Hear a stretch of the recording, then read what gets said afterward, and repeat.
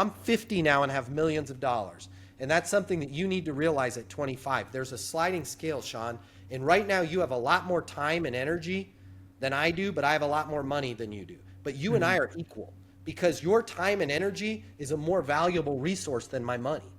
You know, for every idea that you have, it's easier for you to implement because I own 2 businesses now and I have employees and I'm not free to implement my ideas.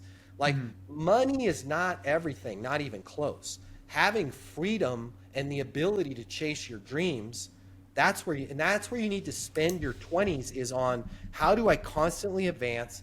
How do I not stay stagnant? Right? Think of yourself like a fish in the ocean. If you see a fish that's not moving, it's dead or about to be, right? Like you just keep moving at 25. Why do you guys do that?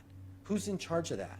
Right? Hey, I noticed we're looking for a new regional sales manager. Does it make sense to put me in that role? Sean, you're 25. You've worked here for 3 days. We can't do that. Got it. What's a good next step then?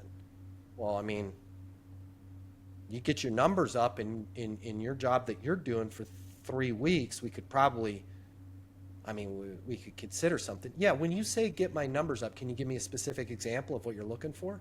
Yeah, if you could close 20% more than you're doing right now and do that, let's call it 3 months straight, come back and see me. Perfect.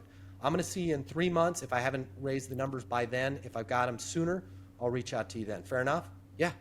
Who the hell was that kid?